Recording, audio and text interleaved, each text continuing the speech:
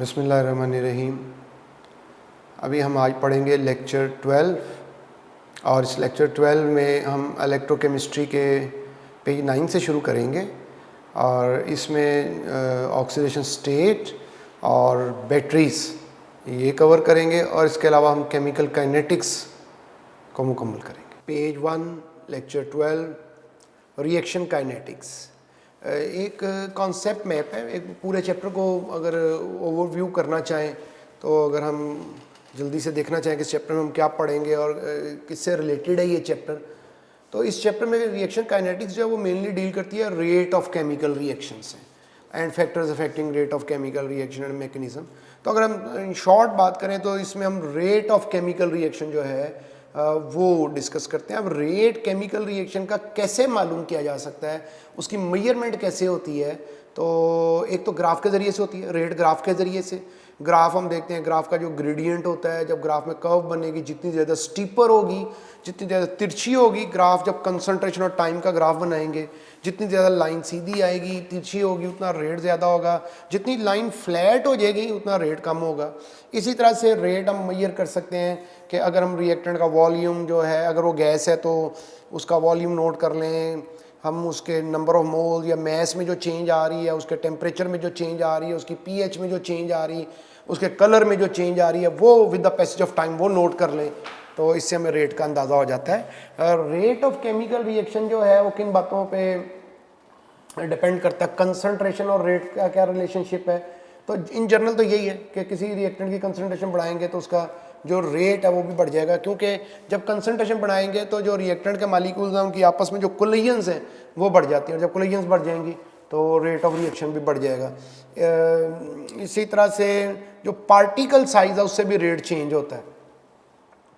अगर powder form में लेंगे रिएक्टेंट तो जितने पाउडर फॉर्म में लेंगे तो उसका सरफेस एरिया ज़्यादा होगा, रेट ऑफ रिएक्शन ज़्यादा होगा, और अगर वो लंप की फॉर्म में लेंगे तो कम पार्टिकल्स को मौका मिलेगा रिएक्शन करने का, तो रेट ऑफ रिएक्शन भी कम होगा। फिर कोलिजन थ्योरी है। कोलिजन थ्योरी में ये होता है कि जो रेट ऑफ रिएक्शन है ये डिस्क्राइब करती है कि किन बातों पर डिपेंड करती है। कोलिजन थ्योरी के मुताबिक ये हमें इससे पता चलता है कि किसी का rate of reaction activation energy पे डिपेंड करता है, टेम्परेचर पे डिपेंड करता है। कोलिजन थ्योरी जो रेट ऑफ केमिकल रिएक्शन को डिस्कस करती है उसके मुताबिक रेट ऑफ केमिकल रिएक्शन जो है, हर रिएक्शन की एक एक्टिवेशन एनर्जी होती है और ये वो एनर्जी बैरियर है जो रिएक्टेंट और प्रोडक्ट्स के दरमियान मौजूद होता है। इसी तरह से ये एनर्जी ऑफ एक्टिवेशन जो है वो कैटलिस्ट पे डिपेंड करती है। कैटलिस्ट यूज़ करने से एनर्जी ऑफ एक्टिवेशन कम हो जाती है। कैटलिस्ट एंजाइम्स भी होते हैं और बायोलॉजिकल सिस्टम में, लिविंग सिस्टम में यूज़ होते हैं। 35 से 40 डिग्री पे बेस्ट ऑपरेट करते हैं। बायोटेक्नोलॉजी में मुख्तलिफ ड्रग्स, फूड्स, एडिटिव्स इसी से बनाए जाते हैं एंजाइम्स को एज अ कैटलिस्ट यूज़ करके। फिर टेम्परेचर है, तो टेम्परेचर से भी रेट ऑफ रिएक्शन पे फ़र्क पड़ता है। टेम्परेचर ज़्यादा करने से रेट ऑफ रिएक्शन ज़्यादा होता है, चाहे रिएक्शन एक्सोथर्मिक हो चाहे रिएक्शन एंडोथर्मिक हो। टेम्परेचर इंक्रीज़ करने से रेट हमेशा इंक्रीज़ करता है। तो ऑन एवरेज अगर हम 10 डिग्री सेल्सियस टेम्परेचर इंक्रीज़ करें तो जो रेट ऑफ रिएक्शन है वो ट्वाइस हो जाता है। Page number 2 reaction kinetics mainly deal with the study of reaction rates and their mechanism and factors affecting the rate. Reaction kinetics में हम दो मेन टर्म्स हैं जो यूज़ करते हैं, दो मेन कॉन्सेप्ट हैं जो हम स्टडी करते हैं। एक है रेट ऑफ रिएक्शन और इस तरह से एक ऑर्डर ऑफ रिएक्शन है। रेट ऑफ रिएक्शन जो है वो रिलेटेड है with the time required for the completion of reaction, और रेट के हिसाब से रिएक्शन 3 हैं। फास्ट रिएक्शंस होते हैं, स्लो रिएक्शंस होते हैं और मॉडरेट रिएक्शंस होते हैं। ऑर्डर ऑफ रिएक्शन हमें ये बताता है कि number of steps which are involve in reaction and what is the mechanism of reaction. अब फास्ट रिएक्शन जो होते हैं उनमें फास्ट रिएक्शन, कब रिएक्शन फास्ट होते हैं इसको अगर हम समझना चाहें तो जब हम कंसंट्रेशन ज़्यादा लें रिएक्टेंट्स की तो रिएक्शन फास्ट हो जाते हैं। अगर गैसियस रिएक्शन है तो हाई प्रेशर पे रिएक्शन करेंगे तो फास्ट होगा, क्योंकि गैसियस रिएक्शन जो होता है उसमें गैस में जो गैस का प्रेशर होता है उसके नंबर ऑफ मोल्स के डायरेक्टली प्रोपोर्शनल होता है। फिर अगर पाउडर फॉर्म में लेंगे तो उसका लार्ज सरफेस एरिया होता है। हाई टेम्परेचर पे करेंगे तो रिएक्शन जो है वो फास्ट हो जाएगा। इसमें आमतौर पे जो एटम्स इन्वॉल्व होते हैं और आइंस इन्वॉल्व होते हैं, आयनिक रिएक्शन यूजुअली फास्ट होते हैं।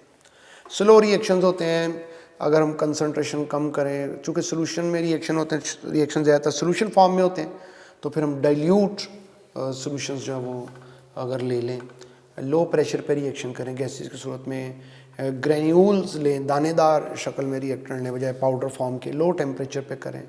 इसमें आमतौर पे जो नॉन पोलर मालिक्यूल्स होते हैं जैसे हाइड्रोकार्बन, बेंजीन, तो उनके रिएक्शन जो है वो स्लो होते हैं। मॉडरेट रिएक्शन तब होते हैं जब कोई ऐसे ऑर्गेनिक इनऑर्गेनिक मालिक्यूल्स हों जो लेस पोलर हों, जैसे अल्कोहल वगैरह हैं। इस पेज के सेकंड पार्ट में रेट ऑफ रिएक्शन कहते किसे हैं? रेट ऑफ रिएक्शन की डेफिनेशन है change in concentration of reactant और product with respect to time. यानी हमें दो बातें पता हों तो हम रेट ऑफ रिएक्शन बता सकते हैं। एक बात ये कि रिएक्टेंट के मोल कितने चेंज हो रहे हैं, कितने टाइम के अंदर चेंज हो रहे हैं, या प्रोडक्ट के। अगर एक से ज़्यादा रिएक्टेंट या एक से ज़्यादा प्रोडक्ट हैं तो हमें किसी एक रिएक्टेंट या किसी एक प्रोडक्ट के मोल में जो चेंज हो रही है with the passage of time, अगर वो पता चल जाए तो हमें रेट ऑफ रिएक्शन पता चल जाता है। इसकी एनालॉजी ऐसे डेवलप की जा सकती है कि जैसे अगर कोई बाइक पे कहीं पहुंचा है और अगर कोई उससे पूछे कि आप किस स्पीड से आए हैं, वो कहे 60 किलोमीटर पर आवर की स्पीड से, तो वो क्या आपने जो ऐनक पहनी है किस स्पीड से आई है, आपने जो जूते पहने हैं किस स्पीड से आए हैं, तो सारी चीज़ें एक ही स्पीड से पहुँची हैं, तो बाई पार्ट्स तो नहीं। तो इसमें बिल्कुल जिस तेज़ी से एक रिएक्टेंट कम होगा दूसरा भी उसी तेज़ी से कम होगा, और जिस तेज़ी से रिएक्टेंट कम होंगे उसी तेज़ी से प्रोडक्ट ज़्यादा होंगे। जितनी तेज़ी से एक प्रोडक्ट बनेगा दूसरा प्रोडक्ट भी उतनी तेज़ी से बनेगा। तो जो रेट ऑफ रिएक्शन है उसके लिए हमें कोई एक रिएक्टेंट या एक प्रोडक्ट जो आसान है हमारे लिए कैलकुलेट करना, जिसकी कंसंट्रेशन में चेंज, वो हमें उसकी कंसंट्रेशन में चेंज चाहिए विद पैसेज ऑफ टाइम। तो इसमें रिएक्शन है कि A plus B C plus D it gives. इसमें ये बताया कि जो विद पैसेज ऑफ टाइम जो रिएक्टेंट की कंसंट्रेशन वो डिक्रीज़ करती है और जो प्रोडक्ट की कंसंट्रेशन वो इंक्रीज़ करती है। और यूनिट जो है रेट ऑफ रिएक्शन के वो मोल पर डीएम क्यूब पर सेकंड होते हैं। और कितने मोल यानी 1 डीएम क्यूब सोल्यूशन के अंदर एक सेकंड में चेंज हो रहे हैं, और ये मोल पर डीएम क्यूब पर मिनट भी हो सकते हैं। और अगर गैसियस रिएक्शन है तो उसमें हम फिर एटमॉस्फेयर पर सेकंड या एटमॉस्फेयर पर मिनट लेते हैं। इसमें ये इम्पॉर्टेंट बात याद रखनी है कि रिएक्शन की टाइप्स बहुत सारी हो सकती हैं, रिएक्शन के ऑर्डर बहुत सारे हो सकते हैं, लेकिन रेट ऑफ रिएक्शन के यूनिट्स हमेशा यही रहेंगे, ये कभी चेंज नहीं होंगे, ये हमेशा मोल पर डीएम क्यूब पर सेकंड ही रहेंगे। रेट ऑफ रिएक्शन अगर रिएक्टेंट के वाले से बताएंगे तब भी डिक्रीज़ करेगा, प्रोडक्ट के वाले से बताएंगे तब भी डिक्रीज़ करेगा, रेट ऑफ रिएक्शन ओवरऑल बोलेंगे तब डिक्रीज़ करेगा। रेट ऑफ रिएक्शन एक एवर चेंजिंग पैरामीटर है, वक्त गुजरने के साथ साथ रेट हमेशा डिक्रीज़ ही करेगा। अब एक एमसीक्यू है यूएचएस में आया हुआ कि change in concentration of reactant अगर 10⁻⁴ मोल पर लीटर और टाइम 10 सेकंड है तो रेट बताएं। क्योंकि रेट आमतौर पे पर सेकंड बताया जाता है और ये इतने मोल चेंज हो रहे हैं 10 सेकंड के अंदर 10 से डिवाइड कर दिया, चेंज इन कंसंट्रेशन उन्होंने बता दी थी, उसे चेंज इन टाइम से डिवाइड कर दिया, तो ये रेट ऑफ रिएक्शन आ जाएगा। रेट ऑफ रिएक्शन दो तरह का होता है, इंस्टेंटेनियस रेट होता है, एवरेज रेट होता है। इंस्टेंटेनियस रेट होता है कि किसी रिएक्शन की स्पीड एट एन इंस्टेंट किसी एक लम्हे पे, और एवरेज रेट होता है कि अगर हम एक टाइम इंटरवल ले लें कि इन 10 मिनट के अंदर रिएक्शन की स्पीड क्या थी, तो हम जो पहले स्पीड थी और जो बाद में स्पीड थी उसको ऐड कर लेते हैं और 2 पे डिवाइड कर लेते हैं, तो ऐसे एवरेज रेट आता है। अगर इन दोनों का कंपैरिजन करें तो इंस्टेंटेनियस रेट एवरेज रेट से हमेशा ज़्यादा होता है रिएक्शन के शुरू में, क्योंकि शुरू में रिएक्शन जो होता है वो फास्ट होता है, और एंड पे इंस्टेंटेनियस रेट जो किसी भी लम्हे पे, चूँकि रेट आहिस्ता आहिस्ता डिक्रीज़ कर रहा है, आखिर में रिएक्शन के आखिर में किसी लम्हे पे रिएक्शन का रेट लेंगे तो उस इंस्टेंट पे जो रेट लेंगे तो एवरेज रेट से कम होगा। और अगर हम टाइम इंटरवल बहुत शॉर्ट कर दें, जैसे हम ये कहें कि 9:10 पे रिएक्शन की स्पीड क्या थी, 9:10 और 10:30 सेकंड पे स्पीड क्या थी, तो अगर time span near to zero कर दें, बहुत क्लोज कर दें, तो इंस्टेंटेनियस रेट और एवरेज रेट जो है इसमें फ़र्क ये इक्वल हो जाते हैं। पेज नंबर 3, अगर हम एक रिवर्सिबल रिएक्शन का हम रेट एक्सप्रेशन लिखें तो रेट एक्सप्रेशन लिखें तो लॉ ऑफ मैस सेक्शन के मुताबिक जब हम रेट एक्सप्रेशन लिखते हैं तो rate of reaction is directly proportional to the product of active masses of reactants. तो मतलब अगर जितने ए और बी रिएक्टेंट्स की कंसंट्रेशन ज़्यादा होगी उतना रेट ऑफ रिएक्शन ज़्यादा होगा, और जो कॉफिशिएंट है उनके एक्सपोनेंट बन जाते हैं। ये जो कॉफिशिएंट्स हैं, जो ए का कॉफिशिएंट है उसका ऑर्डर कहलाता है, जो बी का कॉफिशिएंट है उसका ऑर्डर कहलाएगा, और इन दोनों को ऐड कर देंगे तो ये रिएक्शन का ऑर्डर कहलाएगा। यहाँ पे अभी हम नेक्स्ट भी देखेंगे, तो यहाँ पे भी याद रखें कि ये ज़रूरी नहीं है कि जो बैलेंस्ड इक्वेशन में ए का कॉफिशिएंट है वही यहाँ पे इसका एक्सपोनेंट बने, जो बैलेंस्ड इक्वेशन में बी का कॉफिशिएंट है वही इसका एक्सपोनेंट बने, ये ज़रूरी नहीं है, ये एक्सपेरिमेंट से पता चलता है। इसमें जब जो के है इसको बोलते हैं वेलोसिटी कांस्टेंट या इसे बोलते हैं रेट कांस्टेंट। तो इसमें जो यूनिट्स ऑफ के हैं ये बहुत कॉमन एमसीक्यू है इस टॉपिक से रिलेटेड, पेपर में जो आता है कि रेट कांस्टेंट के क्या यूनिट हैं या वेलोसिटी कांस्टेंट के क्या यूनिट हैं for different order of reaction.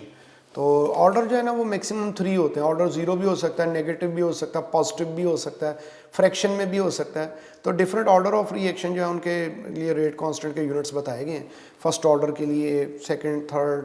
और अगर ओवरऑल ऑर्डर देखना कैसे फाइंड किए ये तो आखिर में इन जनरल लिखा हुआ है, यानी आप ब्रैकेट में लिखें मोल पर dm cube raise to power 1 - n पर सेकेंड। n ऑर्डर है तो जिस ऑर्डर का आपने यूनिट्स मालूम करने तो आप वो n पे लिख दें, यानी आपने फर्स्ट ऑर्डर के करने हैं तो n की जगह 1 लिख दें तो 1 - 1 0, तो समथिंग रेज टू पावर 0 0 हो जाएगा, तो पर सेकंड बच जाएंगे सिर्फ। तो इस तरह से अगर शॉर्टकट में करना है तो इसको ज़हन में रखना है, ये एमसीक्यू में पूछे जा सकते हैं। ऑर्डर ऑफ रिएक्शन एक एक्सपेरिमेंटल वैल्यू है, ये रिएक्टेंट की कंसंट्रेशन पे डिपेंड करती है, प्रोडक्ट पे नहीं। और ऑर्डर ऑफ रिएक्शन जो सबसे स्लो स्टेप, अगर कोई ऐसा रिएक्शन है जिसमें मोर देन 1 स्टेप है तो जो सबसे स्लो स्टेप होगा उसके जो कॉफिशिएंट होंगे वो ऑर्डर ऑफ रिएक्शन डिसाइड करेंगे। फास्ट स्टेप जो होता है उसके कॉफिशिएंट जो है वो ऑर्डर ऑफ रिएक्शन जो है वो तय नहीं करते हैं, और ये 0, फ्रैक्शन, नेगेटिव कुछ भी हो सकता है, अभी हमने पढ़ा था। फिर ये देखो एक इक्वेशन लिखी है एक बात में एम्फसाइज करने के लिए कि ऑर्डर ऑफ रिएक्शन बताना है, तो ऑर्डर ऑफ रिएक्शन जो है सपोज करो ये रिएक्शन, इसका ऑर्डर ऑफ रिएक्शन m+n है। तो हालांकि इसमें a का कॉफिशिएंट जो है बैलेंस्ड इक्वेशन में a था और b का कॉफिशिएंट b था, m जो है वो a भी हो सकता है, a के अलावा कुछ और भी हो सकता है। इस तरह से n जो है वो जो इक्वेशन में b का कॉफिशिएंट है रिएक्टेंट का वो भी हो सकता है, कुछ और भी हो सकता है। तो ये एक्सपेरिमेंटल वैल्यू और एक्सपेरिमेंट से पता चलती है। पेज 3b, इसमें जो डिफरेंट ऑर्डर ऑफ रिएक्शन हैं और उनकी एग्जांपल्स हम पढ़ेंगे।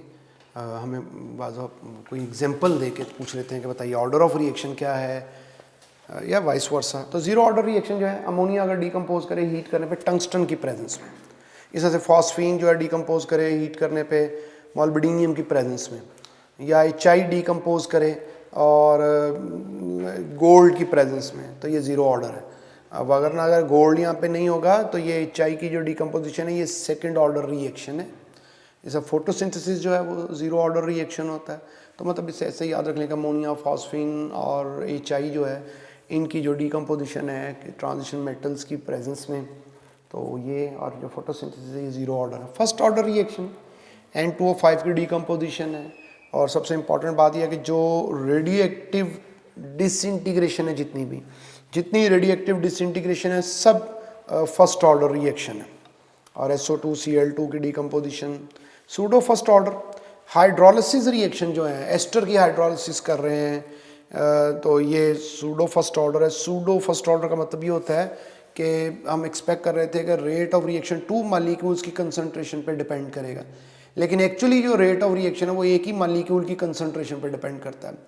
इसमें इस वजह से ऐसा है कि इस हाइड्रोलिसिस में वाटर एक्सेस में लेते हैं, और जब भी कोई चीज़ एक्सेस में लेंगे तो उस पर रेट ऑफ रिएक्शन डिपेंड नहीं करता। एक्सेस रिएक्टेंट अगर हम ले लें, वो सॉल्वेंट है ले लें या कोई रिएक्टेंट एक्सेस में ले लें, यानी जितना चाहिए रिएक्शन के लिए उसके मोल उससे ज़्यादा ले लें, एक्सेस में तो उस पर रेट ऑफ रिएक्शन डिपेंड नहीं करता है। तो ये एस्टर की हाइड्रोलिसिस है, इसमें एसिड और एल्कोहल बन रहे हैं। इसी तरह से हमारे पास सुक्रोज है, उसकी हाइड्रोलिसिस करेंगे तो ग्लूकोज और फ्रुक्टोज बनेगा और इन्वर्टेज की प्रेजेंस में। सेकेंड ऑर्डर रिएक्शन की एग्जांपल्स हैं, N2+O2 NO बन रहा है, चाई है। अब वहाँ पे गोल्ड की प्रेजेंस में था तो वो जीरो ऑर्डर है, और वैसे डिकम्पोजिशन सेकेंड ऑर्डर है।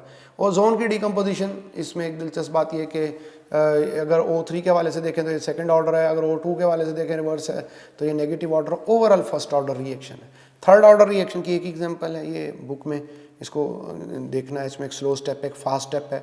चूँकि रेट ऑर्डर जो स्लो स्टेप से तय होता है, और स्लो स्टेप में कोएफिशिएंट जो है KI के 2 और FeCl3 के 1 है, तो 2+1, तो ये थर्ड ऑर्डर रिएक्शन बना है।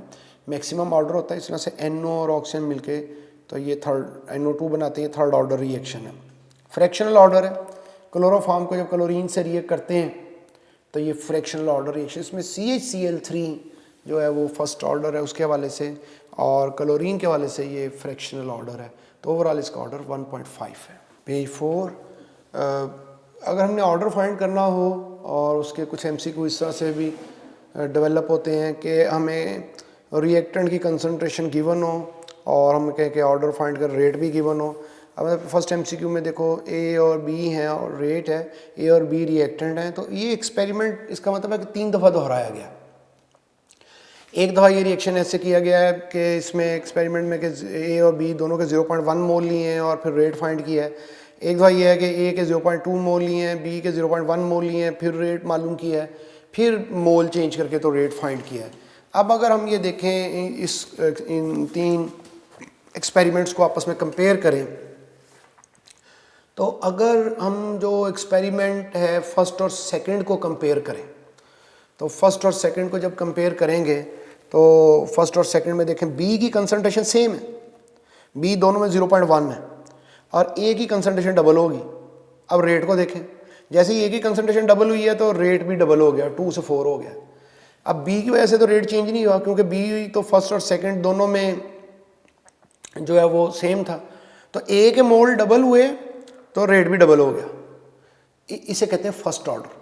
अगर किसी के मोल डबल करें और रेट भी डबल हो जाए, ये फर्स्ट ऑर्डर होता है।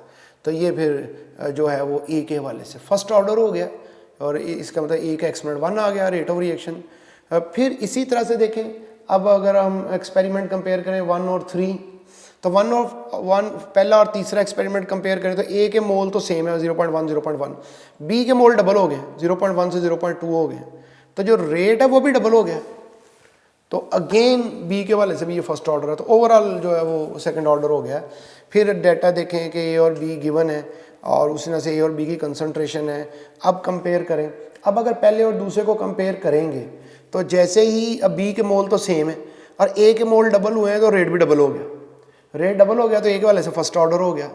अब पहले और तीसरे एक्सपेरिमेंट को कंपेयर करें तो पहले और तीसरे एक्सपेरिमेंट में A के मोल तो सेम है, B के मोल डबल हुए हैं। B के मोल डबल हुए हैं तो रेट डबल नहीं हुआ बल्कि 4 टाइम हो गया, 2 से 8 हो गया। 2 से 8 कैसे हुआ? 2 को 4 से मल्टीप्लाई करेंगे तो 8 होगा। अगर कभी किसी के मोल डबल करें, जैसे B के मोल पहले में एक्सपेरिमेंट में 0.1 थे और थर्ड एक्सपेरिमेंट में 0.2 थे, मोल डबल हो गए तो रेट जो है वो 4 टाइम हो जाए, वो 2 से 8 हो गया, तो ये सेकंड ऑर्डर होता है। सेकंड ऑर्डर होता है। अगर मोल डबल करे और रेट भी डबल हो जाए तो ये फर्स्ट ऑर्डर है। अगर मोल डबल करे और रेट 4 टाइम हो जाए तो ये सेकंड ऑर्डर है। तो B के वाले से सेकंड ऑर्डर है। तो ओवरऑल रिएक्शन का ऑर्डर फिर 1+2 थर्ड ऑर्डर हो गया। फिर डाटा देखें एक और क्वेश्चन का, तो इसमें अगर पहला और दूसरा एक्सपेरिमेंट कंपेयर करें तो पहले और दूसरे एक्सपेरिमेंट में वही B सेम है, A के मोल डबल हुए हैं तो रेट जो है वो डबल हो गया। तो A के वाले से ये जो है ना ये हमारे पास फर्स्ट ऑर्डर हो गया कि मोल अगर 2 से मल्टीप्लाई हो तो रेट भी 2 से मल्टीप्लाई हो गया। अब अगर फर्स्ट और थर्ड एक्सपेरिमेंट को देखें तो फर्स्ट और थर्ड एक्सपेरिमेंट को देखेंगे तो A के मोल तो सेम है, जब B के मोल 2 टाइम्स हो गए, 2 से मल्टीप्लाई हो गए, तो जो रेट है वो तो 2 ही रहा फर्स्ट और थर्ड का, रेट चेंज ही नहीं हुआ। इसका मतलब है B के हवाले से रेट चेंज ही नहीं हो रहा है, B पे रेट ऑफ रिएक्शन डिपेंड नहीं कर रहा है, तो ये फिर A पे ही कर रहा है। तो थे 2 रिएक्टेंट, डिपेंड सिर्फ एक पे किया, तो इसे हम कहेंगे ये सूडो फर्स्ट ऑर्डर रिएक्शन है। फिर H2I2 के हवाले से देख लें रिएक्शन है, तो इसमें भी वैसे ही आप कंपेयर कर लें, थोड़ा कॉम्प्लिकेट किया इसे कि कैसे आप जल्दी से प्रैक्टिस करेंगे इसे। पहले और दूसरे एक्सपेरिमेंट को कंपेयर करें, I2 की कंसनट्रेशन सेम है, हाइड्रोजन की कंसनट्रेशन डबल की है, तो पहले और दूसरे का रेट देखें तो वो भी डबल हो गया, तो इसका मतलब H2 के वाले से फर्स्ट ऑर्डर है। फिर पहले और तीसरे एक्सपेरिमेंट को देखें, पहले और तीसरे एक्सपेरिमेंट में हाइड्रोजन की कंसनट्रेशन सेम है, I2 की कंसनट्रेशन डबल है, तो जो रेट है पहले और तीसरे का कंपेयर करें तो वो भी डबल हो गया। तो इसका मतलब ये है कि ये उसके वाले से I2 के वाले से भी जो है वो फर्स्ट ऑर्डर है, तो ये ओवरऑल सेकंड ऑर्डर हो गया। तो अब एक ये कि रेट वर्सेस कंसंट्रेशन मुख्तलिफ ग्राफ हमें ग्राफ के ज़रिए से रिप्रेजेंट करते हैं। रेट वर्सेस कंसंट्रेशन ग्राफ हो तो हम ऑर्डर कैसे तय करते हैं, चूँकि ज़ीरो ऑर्डर रिएक्शन में कंसंट्रेशन चेंज होने से रेट चेंज ही नहीं होता, तो स्ट्रेट लाइन आएगी, तो उसमें कंसंट्रेशन चाहे बढ़ रही है तो रेट सेम रहता है, स्पीड चेंज नहीं होती, कंसंट्रेशन पे डिपेंड नहीं करती, तो वी गेट स्ट्रेट लाइन। तो एक ज़ीरो ऑर्डर रिएक्शन के लिए रेट और कंसंट्रेशन में ग्राफ इस तरह से आएगा कि concentration raise to power zero और रेट में जो ग्राफ बनाएंगे तो ऐसे होगा। अगर फर्स्ट ऑर्डर रिएक्शन है, सेकंड ऑर्डर है, थर्ड ऑर्डर है, तो हम आपस स्ट्रेट लाइन आएगी स्टार्ट फ्रॉम द ओरिजिन। अगर हम रेट और कंसंट्रेशन रेज टू पावर 1 और इसी तरह से rate concentration raise to power 2 और कंसंट्रेशन रेज टू पावर 3 और रेट में ग्राफ बनाएंगे तो वी गेट स्ट्रेट लाइन। तो इस तरह से ग्राफ अगर हमारे सामने दिए हो और हमने ये डिसाइड करना हो कि ऑर्डर क्या है, तो ऐसे हम डिसाइड करेंगे। पेज नंबर 5, इस पर हम देख रहे हैं कि हाफ लाइफ जो है, बहुत से MCQs हाफ लाइफ से रिलेटेड होते हैं, इंपॉर्टेंट टॉपिक है MCQ के लिए। हाफ लाइफ जो है किसी रिएक्टेंट की, उसका इनिशियल कंसंट्रेशन से क्या रिलेशनशिप है। तो पहले तो सिंपल ये कि हाफ लाइफ वो टाइम होता है जिसमें रिएक्टेंट की कंसंट्रेशन हाफ हो जाती है, जिसमें हाफ ऑफ द रिएक्टेंट जो है वो प्रोडक्ट में कन्वर्ट हो जाते हैं। हाफ लाइफ जो है वो 1/a⁻⁻⁻1 है। ए इनिशियल कंसंट्रेशन है रिएक्टेंट की, n जो है यहाँ पे ये ऑर्डर ऑफ रिएक्शन है। तो अगर अब ये इनमें क्या रिलेशनशिप है, तो हाफ लाइफ एक टेबुलर फॉर्म में इसे देख लेते हैं ताकि कुछ जेन में रहे। तो ज़ीरो ऑर्डर रिएक्शन जो है ना, उसकी अब n की जगह अगर ज़ीरो ऑर्डर है तो n ज़ीरो हो गया, तो 0 - 1 हो गया हाफ लाइफ, तो ये a⁻⁻1 हो गया। इसका मतलब है कि ज़ीरो ऑर्डर रिएक्शन में हाफ लाइफ इनिशियल कंसंट्रेशन पर डिपेंड करती। कैसे डिपेंड करती है, उसके डायरेक्टली प्रोपोर्शनल है। इनिशियल कंसंट्रेशन बढ़ेगी तो हाफ लाइफ भी बढ़ेगी। हाफ लाइफ बढ़ने का मतलब रिएक्शन स्लो हो जाएगा, हाफ लाइफ कम होने का मतलब रिएक्शन फास्ट हो जाएगा। साइन ऑफ प्रोपोर्शनैलिटी खत्म करेंगे तो half life is equal to a/2k। और इसका क्या फ़ायदा होगा, अगर k की वैल्यू दे दें तो हम हाफ लाइफ फाइंड कर लेंगे, और अगर रीअरेंज करके देखो इसे लिखें, अगर k is equal to a/2 into half life, तो अगर हाफ लाइफ बता दें तो रेट कांस्टेंट मालूम कर लेंगे। रेट कांस्टेंट के यूनिट भी लिख दिए, जो भी हम पहले पढ़ के भी आए हैं, ये उसी तरह के यूनिट है, वही यूनिट है सेम। तो इसी तरह से अगर फर्स्ट ऑर्डर रिएक्शन है तो फर्स्ट ऑर्डर रिएक्शन में n की जगह 1 आ गया, 1 - 1 0 a⁻0, तो इसकी हाफ लाइफ समथिंग a⁻0 1 होता है। इसकी जो हाफ लाइफ है वो इनिशियल कंसंट्रेशन पर डिपेंड ही नहीं करेगी, तो जो हाफ लाइफ है इज इक्वल टू 0.693/k हो जाएगा। और इसके यूनिट भी लिख दिए, इसमें भी रीअरेंज कर दिया इक्वेशन में कि अगर 0.639 को हाफ लाइफ से डिवाइड करोगे तो रेट कांस्टेंट आ जाएगा, 0.639 को रेट कांस्टेंट से डिवाइड करोगे तो हाफ लाइफ आ जाएगी। सेकेंड ऑर्डर रिएक्शन में जो हाफ लाइफ है वो इन्वर्सली प्रोपोर्शनल है इनिशियल कंसंट्रेशन के, यूनिट भी हो गए, उसके रीअरेंज करके इक्वेशन भी लिख दी।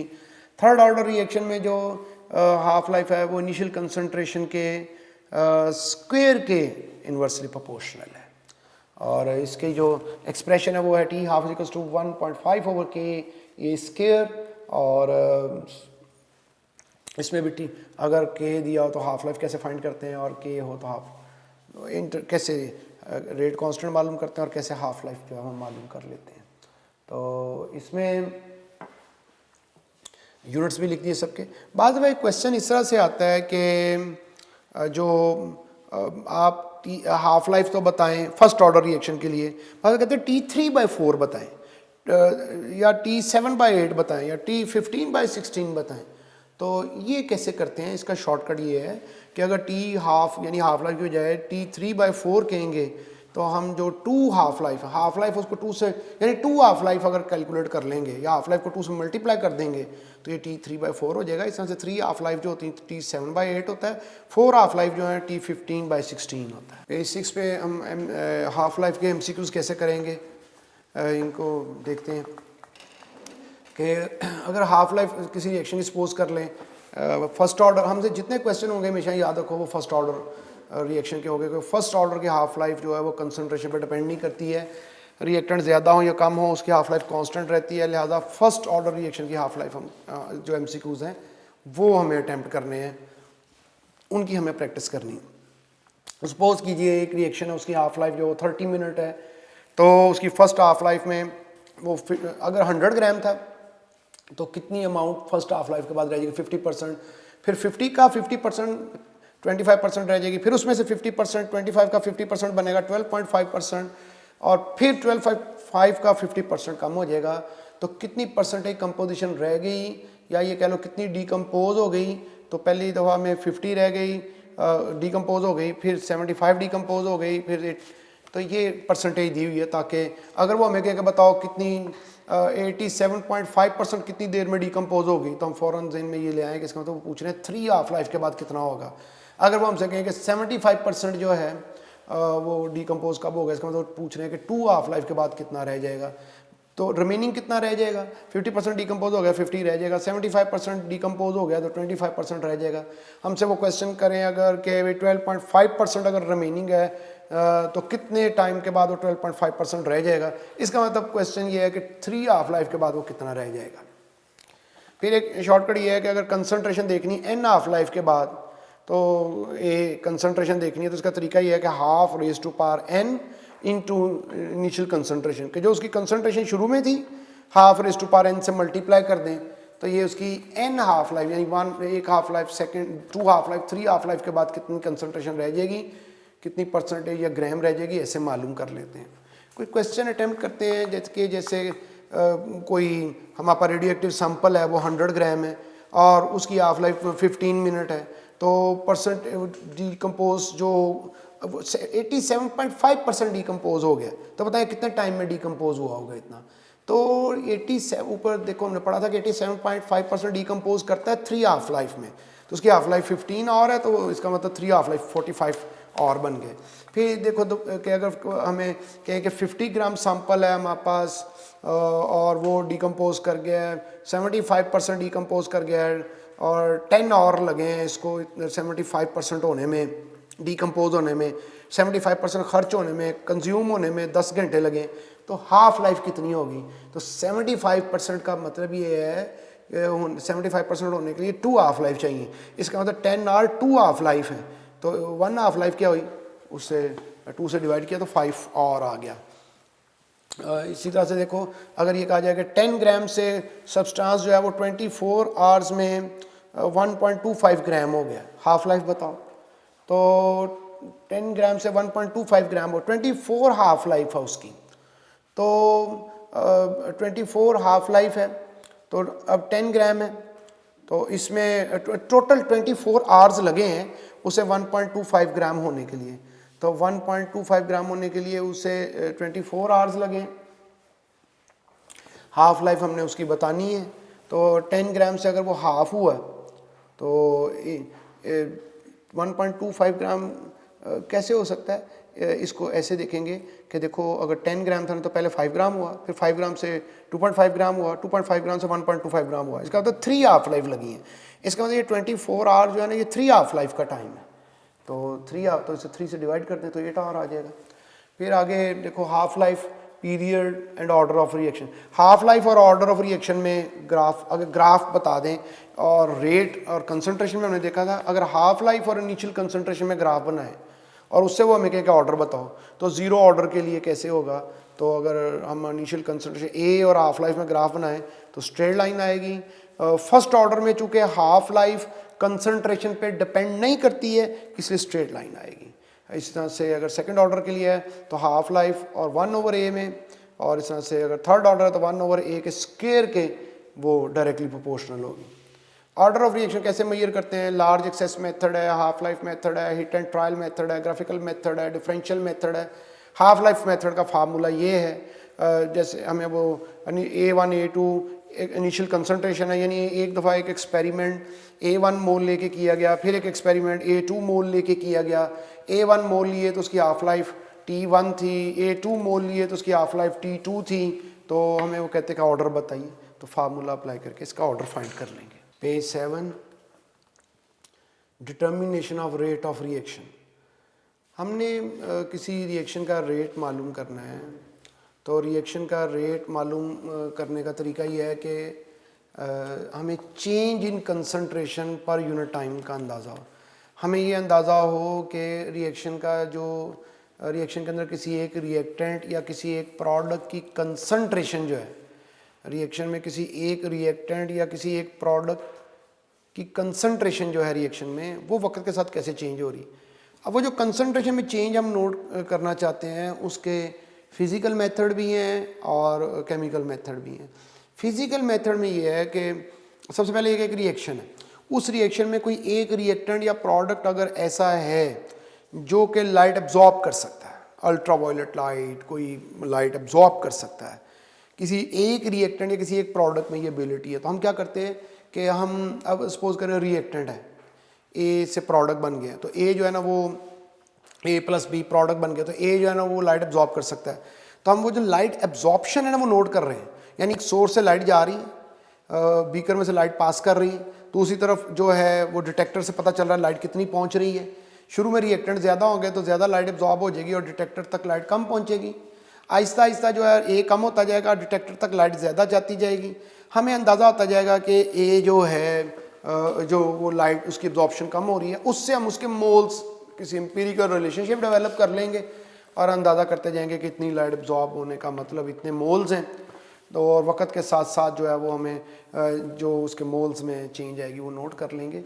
तो इस फिज़िकल मेथड्स में हम रिएक्टेंट या प्रोडक्ट की कोई एक फिज़िकल प्रॉपर्टी सेलेक्ट कर लेते हैं, और वो जो फिज़िकल प्रॉपर्टी सेलेक्ट कर लेते हैं फिर वो देखते हैं कि वक्त के साथ कैसे चेंज हो रही, और जब वो देखते हैं कि वक्त के साथ कैसे चेंज हो रही है और उसको फिर नोट करते हैं। कंडक्टोमेट्री है ये, इसमें कंडक्टेंस मालूम करते हैं। आयनिक रिएक्शंस इसमें स्टडी करते हैं, जितने आयन ज़्यादा होंगे उतनी कंडक्टेंस ज़्यादा होगी। डायलैटोमेट्री मेथड है, इसमें चेंज इन वॉल्यूम नोट करते हैं आमतौर पर गैसीय स्टेट के लिए।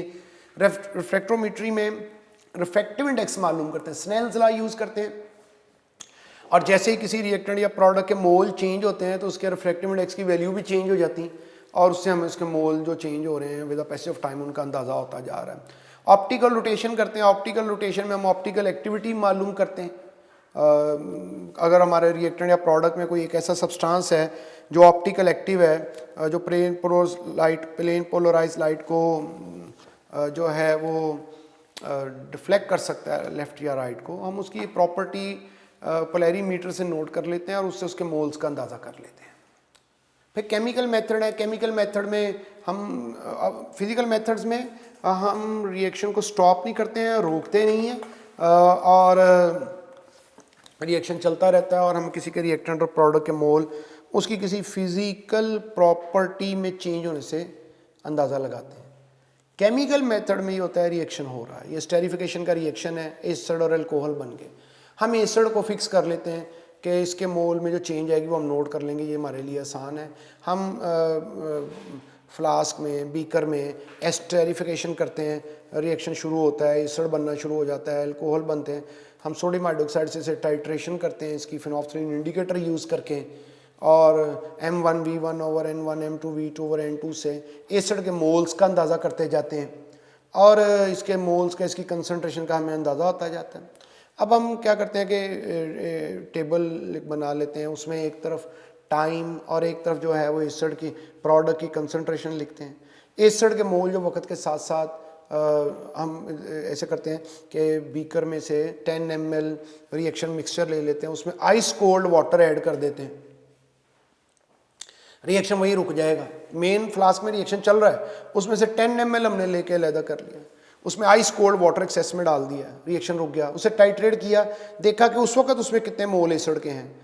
फिर कोई 1 मिनट गुजरने के बाद या 5 मिनट गुजरने के बाद फिर सैंपल लिया मेन फ्लास्क में से, उसमें आइस कोल्ड वाटर ऐड करके रिएक्शन को रोक दिया और उसे टाइट्रेट करके देख लिया अब एसिड के कितने मोल हैं।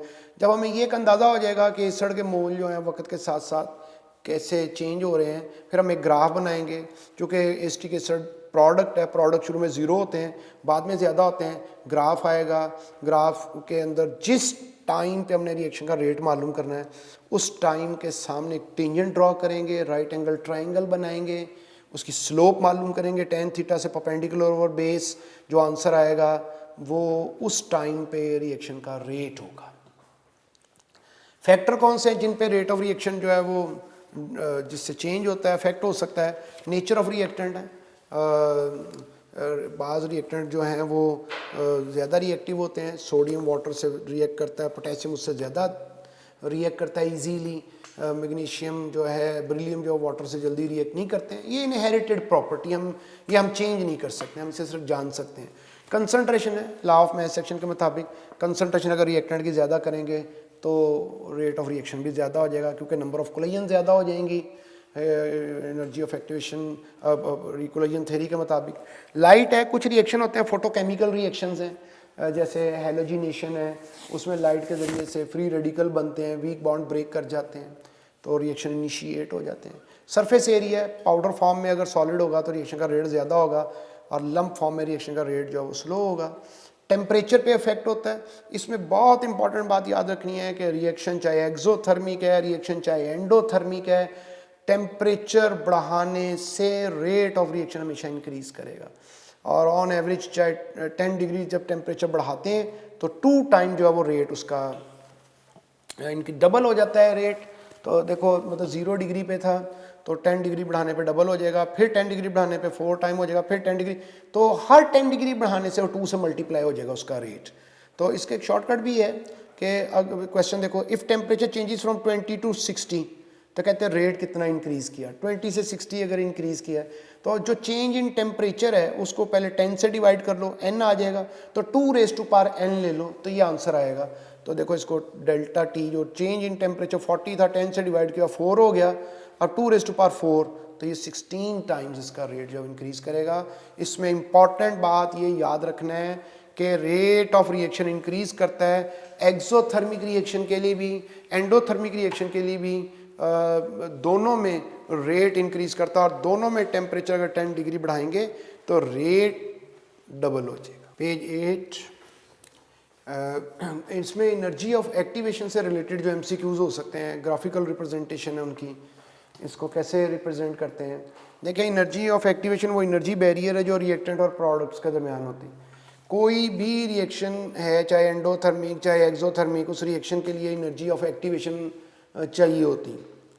अब पहले ग्राफ को अगर आप देखें तो इसमें रिएक्टेंट प्रोडक्ट में गए हैं और इसकी जो एनर्जी ऑफ एक्टिवेशन है प्रोडक्ट की वो 80 है और जो एनर्जी ऑफ एक्टिवेशन जो है रिएक्टेंट की वो हम आपका 50 है और कहते हैं डेल्टा एच बताएं। अगर इस तरह से क्वेश्चन करेंगे तो क्या इसका तरीका ये है कि जो एनर्जी ऑफ एक्टिवेशन प्रोडक्ट की है उसमें से जो एनर्जी ऑफ एक्टिवेशन रिएक्टेंट की है वो माइनस कर दें तो डेल्टा एच आ जाएगा। डेल्टा एच जो है वो असल में रिएक्टेंट और प्रोडक्ट की इंथैल्पी में डिफरेंस है, ठीक है। प्रोडक्ट की इंथैल्पी एनर्जी दी हो हमें, एनर्जी ऑफ एक्टिवेशन रिएक्टेंट की दी हो तो उसका जो डिफरेंस है वो डेल्टा एच होगा, कितनी हीट। अब ये ग्राफ को देखो तो ग्राफ में ये एक्सोथर्मिक रिएक्शन है क्योंकि प्रोडक्ट की जो एंथैल्पी है वो रिएक्टेंट से कम है तो लिहाजा ये -30 आएगा, डिफरेंस तो 30 है। अगर एंडोथर्मिक होता तो भी ये +30 होता, लेकिन ग्राफ बता रहा है कि प्रोडक्ट की एंथैल्पी कम है, एनर्जी कम है, तो एक्सोथर्मिक में एंथैल्पी कम होती। सेकेंड ग्राफ में देखो, अब हमें एक तो डेल्टा एच गिवन है और एक फॉरवर्ड रिएक्शन की एनर्जी ऑफ एक्टिवेशन गिवन है और कह रहे हैं कि एनर्जी ऑफ एक्टिवेशन रिवर्स की बताएं। 80 जो है वो फॉरवर्ड रिएक्शन की एनर्जी ऑफ एक्टिवेशन है, डेल्टा एच भी है। 80 में से अगर डेल्टा एच माइनस कर देंगे तो रिवर्स रिएक्शन की एनर्जी ऑफ एक्टिवेशन आ जाएगी। यानी पहले ये किया था कि एक एनर्जी ऑफ एक्टिवेशन में से दूसरी एनर्जी ऑफ एक्टिवेशन माइनस की तो डेल्टा एच आ गया।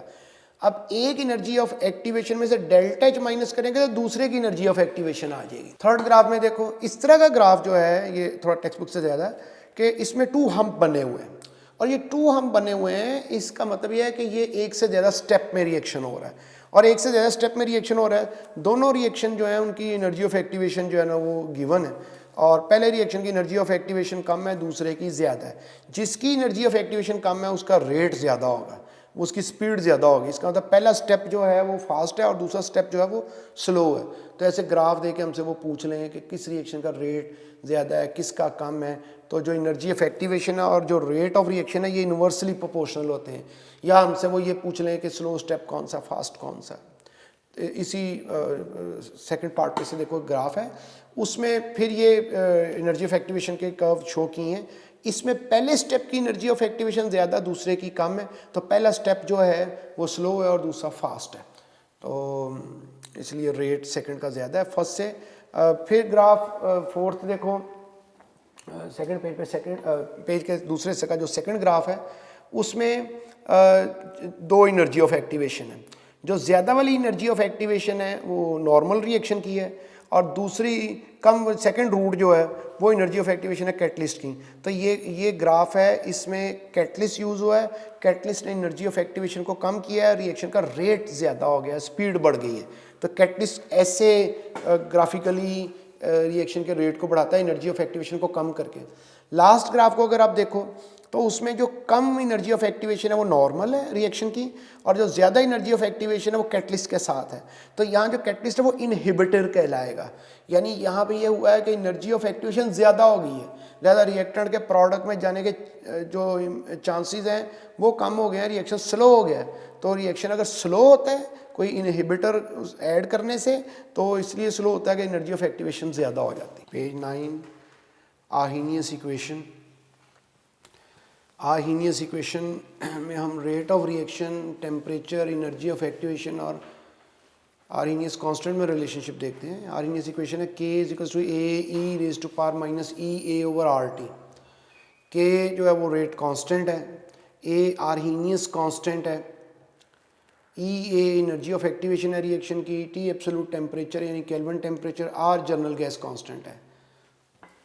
इसमें MCQs इस तरह से हो सकते हैं कि जो रेट कांस्टेंट है, K की वैल्यू ज़्यादा होगी, इसका मतलब रेट ऑफ रिएक्शन ज़्यादा है, इसका मतलब है रिएक्शन की स्पीड ज़्यादा है। तो रेट कांस्टेंट जो है उसका टेम्परेचर से क्या ताल्लुक़ है? टेम्परेचर बढ़ाने से रेट ऑफ रिएक्शन बढ़ जाता है हमेशा, चाहे एक्सोथर्मिक रिएक्शन हो चाहे एंडोथर्मिक रिएक्शन हो, रेट बढ़ेगा। टेम्परेचर 10 डिग्री बढ़ाने से डबल हो जाएगा रेट। एनर्जी ऑफ एक्टिवेशन और रेट कांस्टेंट इन्वर्सली प्रोपोर्शनल होते हैं।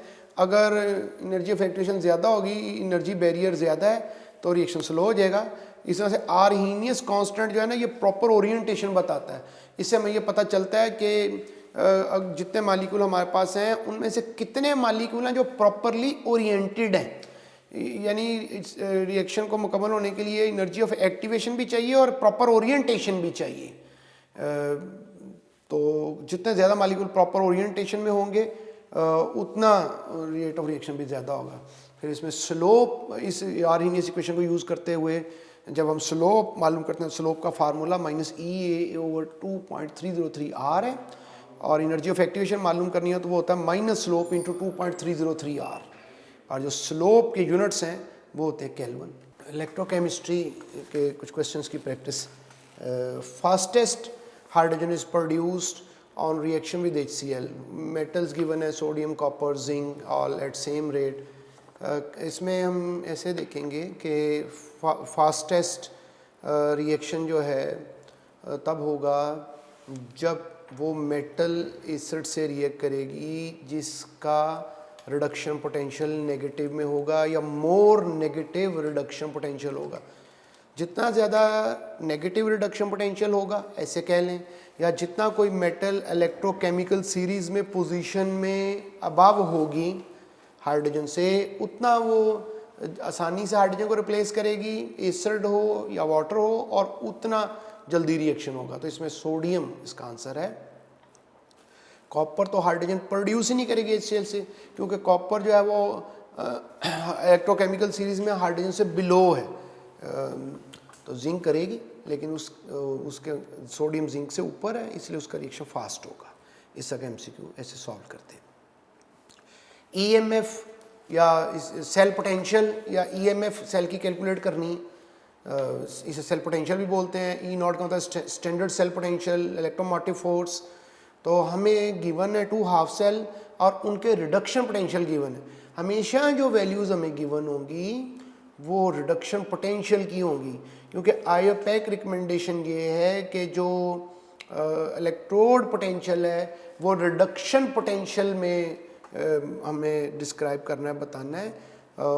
ये कि अगर किसी का रिडक्शन पोटेंशियल हमें मालूम हो तो हम उसका ऑक्सीडेशन पोटेंशियल भी मालूम कर सकते हैं उसका साइन चेंज करके। जैसे ये जिंक का रिडक्शन पोटेंशियल लिखा हुआ है, अभी जेन में ये आ सकता है कि भी कैसे पता चला ये रिडक्शन पोटेंशियल है, तो आप इक्वेशन को देखो तो उसमें इलेक्ट्रॉन गेन हो रहे हैं, जिंक आइंस भी इलेक्ट्रॉन गेन कर रहे हैं, मैग्नीशियम आइन भी इलेक्ट्रॉन गेन कर रहे हैं, तो ये रिडक्शन पोटेंशियल है। अगर हम प्लस 0.76 वोल्ट कर दें तो ये जिंक आइंस का ये जिंक का ऑक्सीडेशन पोटेंशियल बन जाएगा। रिडक्शन पोटेंशियल होता है आइन का और ऑक्सीडेशन पोटेंशियल होता है एलिमेंट का। तो बार ये हमें इसको MCQ पे दोबारा आते हैं। अगर सेल पोटेंशियल मालूम करना है इस तरीके से किसी का, हमें रिडक्शन पोटेंशियल की वैल्यूज़ गिवन है, तो हम सेल पोटेंशियल इक्वल होता है oxidation potential plus reduction potential. तो दोनों के रिडक्शन पोटेंशियल को कंपेयर करें, किसका रिडक्शन पोटेंशियल कम है। और जब इंपॉर्टेंट बात यह है कि जब कंपैरिजन करना है तो नेगेटिव साइन को साथ मिला के पढ़ना है। -2.7 जो है ये लेसर वैल्यू है एज कम्पेयर टू -0.76।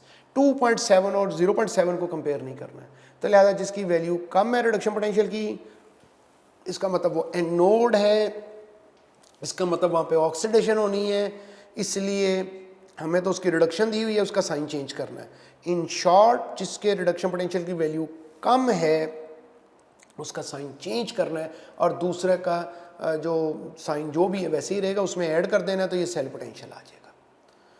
और इलेक्ट्रोड देखिए, इलेक्ट्रोड जो हैं वो एक टर्म यूज़ होती है active electrode, inert electrode.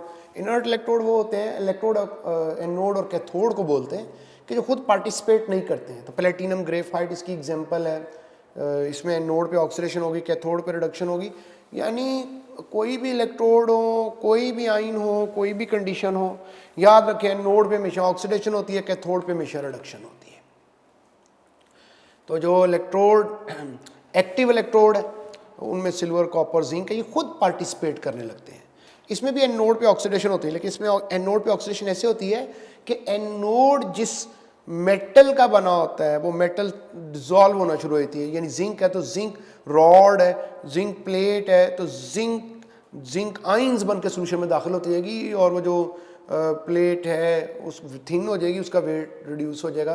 Cathode है वहाँ पे रिडक्शन होती है, उसमें मेटल आइंस इलेक्ट्रॉन गेन करेंगे, मेटल आइंस इलेक्ट्रॉन गेन करेंगे सोल्यूशन में से, मेटल आइन इलेक्ट्रॉन गेन करेंगे और रॉड के ऊपर डिपॉजिट हो जाएंगे। वो कैथोड वाली जो रॉड है वो उस वेट गेन करेगी और वो थिक होती जाएगी वक्त के साथ साथ। तो एक्टिव इलेक्ट्रोड ये होते हैं कि इलेक्ट्रोड इस तरह से रिडक्शन सोल्यूशन में से कोई आइन आया और मेटल के ऊपर, प्लेट के ऊपर डिपॉजिट होता गया, इकट्ठा होता गया, तो ये रिडक्शन है। यानी इसमें ऑक्सीडेशन स्टेट अपेरेंट चार्ज है जो किसी एटम पर हो सकता है, किसी आइन और कंपाउंड के अंदर। आइन है जैसे सल्फेट आइन है, फॉस्फेट आइन है, उसमें फास्फोरस का जो अपेरेंट चार्ज है उसे बोलते हैं ऑक्सीडेशन स्टेट। ऑक्सीडेशन स्टेट और ऑक्सीडेशन नंबर एक ही बात है, इंटरचेंजेबल टर्म्स है, कुछ रूल्स हैं। फ्री स्टेट में एलिमेंट होगा तो ऑक्सीजन स्टेट 0 होगी। होमोटॉमिक मालिक्यूल हैं ऐसे भी बोलते हैं इसे, उनकी भी ऑक्सीजन स्टेट 0 होगी। एलिमेंट जहाँ पे भी लिखा होगा उसकी ऑक्सीजन स्टेट 0 होगी। हाइड्रोजन की ऑक्सीजन स्टेट अगर तो एलिमेंट है तो 0 ही होगी। हाइड्रोजन अगर किसी मेटल से रिएक्ट करी, फर्स्ट ग्रुप और सेकेंड ग्रुप की मेटल से, तो आयनिक बॉन्ड बनाएगी, तो तब हाइड्रोजन की ऑक्सीजन स्टेट एक एटम की -1 होती है। ऑक्सीजन स्टेट जब रिपोर्ट की जाती है तो हमेशा पर एटम की जाती है, और अगर हाइड्रोजन कोवलेंट बॉन्ड बना रही है, कोवलेंट हाइड्राइड है, तो हाइड्रोजन की एक एटम की ऑक्सीजन स्टेट +1 होती है। CH4 है, इसमें 4 हाइड्रोजन है, तो +1 × 4 तो ये +4 हो जाएगा। अब ऑक्सीजन है, ऑक्सीजन की ऑक्सीजन स्टेट -1 भी है, +½ भी है, -2 भी है, +2 भी है। तो ये अगर नॉर्मल ऑक्साइड है तो उसमें -2 होती है ऑक्सीजन के एक एटम की ऑक्सीजन स्टेट। पर ऑक्साइड में एक एटम की -1, सुपर ऑक्साइड में -½ मालिक्यूल के तौर पे लिखेंगे तो 0, और OF2 में +2। क्योंकि ऑक्सीजन स्टेट प्लस होगी कि माइनस होगी, इसका फैसला इस बात से होता है कि जो मोर इलेक्ट्रोनेगेटिव एलिमेंट होता है वो उसकी ऑक्सीजन स्टेट हमेशा नेगेटिव होती है। ऑक्सीजन की इलेक्ट्रोनेगेटिविटी प्रोडिक टेबल में सेकंड नंबर पे है, और फ्लोरीन की इलेक्ट्रोनेगेटिविटी ऑक्सीजन से ज़्यादा होती है। फ्लोरीन की ऑक्सीजन स्टेट इलेक्ट्रोनेगेटिविटी ऑक्सीजन से ज़्यादा है, इसलिए जब OF2 बनेगा तो फ्लोरीन की ऑक्सीजन स्टेट माइनस में आएगी। तो ये कुछ एग्जांपल्स भी हैं Na2O2 जैसे। तो देखो सोडियम पहले ग्रुप से है, उसमें तो कोई एक्सेप्शन नहीं है, वो तो हमेशा +1 होती। तो एक एटम की +1 है और 2 सोडियम एटम है तो टोटल +2 हो जाएगी। तो ऑक्सीजन के 2 एटम के लिए जो है -2, तो एक एटम के लिए -1। तो अब नीचे ग्रुप्स के ज़रिए से डिस्कस की है। पहले ग्रुप की ऑक्सीजन स्टेट हमेशा +1, सेकंड की हमेशा +2, क्योंकि ये मेटल है, मेटल की इलेक्ट्रोनेगेटिविटी कम होती है, लिहाजा ये हमेशा प्लस में ही रहेंगी। थर्ड ग्रुप की +3 और -3 दोनों हो सकती हैं। ग्रुप 4 में 0, -2, +2, -3 प्लस, ये सारी जो ऑक्सीजन स्टेट बताई हुई हैं ये कार्बन से रिलेटेड है। तो वगरना इस ग्रुप के एलिमेंट ज़्यादातर +2 या +4 शो करते हैं। इस तरह से +5 है तो उसकी ग्रुप 5 के एलिमेंट्स क्या ऑक्सीजन स्टेट शो कर सकते हैं, -3, +3, +5। ग्रुप 6 के हैं तो -2, +2, +4, +6 एग्जांपल्स भी दी हुई हैं। याद रहे कि जो मैक्सिमम ऑक्सीडेशन स्टेट कोई एलिमेंट शो कर सकता है वो उसके ग्रुप नंबर के इक्वल होती है और मिनिमम होती है ग्रुप नंबर -8। यानी कि हम ये कहें कि थर्ड ग्रुप की ऑक्सीजन स्टेट की रेंज क्या है, तो ग्रुप नंबर है 3 + 3 इसकी मैक्सिमम ऑक्सीजन स्टेट है और मिनिमम क्या हो सकती, तो ग्रुप नंबर 3 है तो 3 - 8, तो ये हमारे पास -5। तो जो मिनिमम ऑक्सीडेशन स्टेट है ग्रुप नंबर -8 और मैक्सिमम जो ग्रुप नंबर है। और वेरिएबल ऑक्सीडेशन स्टेट जो है ना वो शुरू होती है ग्रुप 5 से ऑनवर्ड। पेज 10 ग्रुप 7 ए हेलोजन्स हैं, इनकी ऑक्सीजन स्टेट -1 से +7 तक हो सकती है। एग्जांपल्स हैं ऑक्सी एस्टर्स हैं हेलोजन्स के। हेलोजन नोबल गैसेस की ऑक्सीजन स्टेट यूजुअली 0 होती है क्योंकि वो इलेक्ट्रॉन गेन और लॉस नहीं करते हैं। लेकिन अगर कंपाउंड फॉर्म करें तो आर्गॉन और क्रिप्टॉन +2 में, जबकि जीनॉन जो +2 से +8 तक एक रेंज है ऑक्सीडेशन स्टेट की। एक क्वेश्चन ऐसे हो सकता है कि ऑक्सीजन स्टेट से रिलेटेड कि किसकी ऑक्सीजन स्टेट सबसे कम है या डिफरेंट है। तो कुछ एग्जांपल्स की हुई हैं ताकि थोड़ी प्रैक्टिस हो जाए। सोडियम के मुख्तलिफ सल्फेट सल्फाइड लिए हैं, इनमें ऑक्सीडेशन स्टेट सबकी बताई है, कैलकुलेट की है। सोडियम पहले ग्रुप से उसकी +1 होगी कि एटम की। ऑक्सीजन की जो है वो -2 है सब में, तो टोटल ऑक्सीजन स्टेट का सम 0 होना चाहिए। इस तरह से हमने सल्फर की ऑक्सीजन स्टेट इन सब में फाइंड की है। क्रोमियम की एग्जांपल है, उसमें क्रोमियम की ऑक्सीजन स्टेट सब एलिमेंट्स में बताई है। इस तरह से आयरन के कुछ कंपाउंड्स लिए हैं, उनमें ऑक्सीजन स्टेट बताई है, इनकी प्रैक्टिस करनी है आपने। क्वेश्चन है in which of the following carbon will have 0 oxidation state. तो अब कंपाउंड दिए हैं, ऑक्सीजन स्टेट बताइए कैसे कैलकुलेट करनी है। और ऑक्सीजन स्टेट इसमें फॉर्मेल्डिहाइड में कार्बन की 0 है, हाइड्रोजन की +1 होती है, ऑक्सीजन की -2, टोटल 0 की है। अगर मीथेन से अल्कोहल, एल्केन से अल्कोहल, अल्कोहल से एल्डिहाइड और कार्बोक्सिलिक एसिड और कार्बन डाइऑक्साइड की तरफ जाएं तो याद रखें ये ऑक्सीडेशन होती है, और अगर रिवर्स आएंगे तो ये रिडक्शन है। तो जितना राइट साइड पे जाएंगे उतना ज़्यादा ऑक्सीडेशन होगी। फिर क्वेश्चन है how much electrons change occurs when in case of methane converted into carbon dioxide. तो कितनी चेंज आ गई है। तो मीथेन में कार्बन की ऑक्सीजन स्टेट -4 है, कार्बन डाइऑक्साइड में +4 है। चेंज ऐसे देखते हैं कि initial minus final, initial oxygen state -4 थी, फाइनल जो है वो +4 है, तो दोनों का डिफरेंस फाइंड किया तो आंसर -8 आ गया। क्वेश्चन ऐसे भी हो सकता है।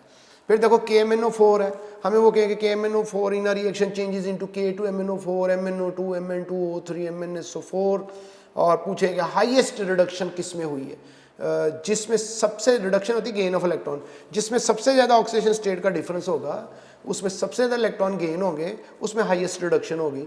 तो जो प्रोडक्ट है उनमें हम सबकी ऑक्सीजन स्टेट मालूम कर लेते हैं। सबसे ज़्यादा जो डिफरेंस है वो MnSO4 की सूरत में, लिहाजा वही हमारा आंसर है। अब डिफरेंट जो बैटरीज़ हैं, मॉडर्न बैटरीज़ हैं, सेल्स हैं, उनका कंपैरिजन है। इसके MCQ बन सकते हैं। इसमें नोड किस कौन है, कैथोड कौन है, कितने वोल्टेज की ये बैटरी है, इसमें इलेक्ट्रोलाइट कौन है, एल्कलाइन बैटरी है। तो ये रेडी रेफरेंस के लिए इनको आपने देखना है और इनके नोड कैथोड ख़ास तौर पे जहन में रखना है। पेज 11 और इस पे अब मॉडर्न बैटरीज़ का एक और कंपैरिजन है। इसमें हम ये देख रहे हैं कि बाज़ टर्म बोलते हैं प्राइमरी सेल और सेकेंडरी सेल। तो एग्जांपल्स दी हैं कौन से प्राइमरी सेल हैं, कौन से सेकेंडरी। प्राइमरी सेल कहते हैं जो नॉन रिचार्जेबल हैं, जिनको दोबारा यूज़ नहीं किया जा सकता, डिस्पोज कर देते हैं। सेकेंडरी सेल बोलते हैं जो रिचार्ज हो सकते हैं दोबारा, उनमें निकेड है, फ्यूल सेल है, लेड एकमुलेटर है। अब ये जो फ्यूल सेल हैं, इन फ्यूल सेल में ख़ास बात इंपॉर्टेंट ये याद रखनी है कि ये कोई अराउंड 500 डिग्री सेल्सियस ये ऑपरेट करते हैं, इससे बिलो पे नहीं करते हैं। इनमें जो चार्ज है वो स्टोर नहीं किया जा सकता, इसलिए इसको डेली लाइफ में रूटीन में यूज़ भी नहीं किया जाता। तो इसमें जो ऑप्शन है हमारे पास कैथोड पे हमेशा ऑक्सीजन होगी और एनोड पे हाइड्रोजन, मीथेन, अमोनिया और हाइड्रोजीन हो सकते हैं। इसके नतीजे में, रिएक्शन के नतीजे में वाटर भी प्रोड्यूस होता है जो एस्ट्रोनॉट्स भी यूज़ करते हैं स्पेस में। यही तरीका यूज़ होता है इलेक्ट्रिसिटी प्रोड्यूस करने का। एक प्रैक्टिस के लिए आखिरी क्वेश्चन देख लें, which produce same electrolytic products as produce by sodium sulphate. कि अगर सोडियम सल्फेट का एक्वस सोल्यूशन है और उसकी हम इलेक्ट्रोलिसिस कर रहे हैं तो आप बताइए जो उससे प्रोडक्ट बनेंगे वो किससे बनेंगे। तो सोडियम सल्फेट एक्वस होगा ना, तो सोडियम आइन होंगे और हाइड्रोजन आइन होंगे। सोडियम आइन और हाइड्रोजन के मुकाबले में हाइड्रोजन ही इलेक्ट्रॉन गेन करेंगे, और सल्फेट और हाइड्रोक्साइड आइन के मुकाबले में हाइड्रोक्साइड आइन इलेक्ट्रॉन लॉस करेंगे और ऑक्सीजन बनेगी।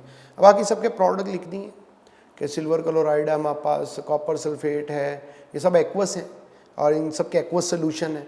तो इसमें जो सोडियम सल्फेट से मैच कर रहा है वो डेल्टा है। हमने चैप्टर 11 रिएक्शन काइनेटिक्स मुकम्मल कर लिया और इसके साथ ही लेक्चर 12 के बाद हमारी बुक 1 जो है वो कंप्लीट हो गई है।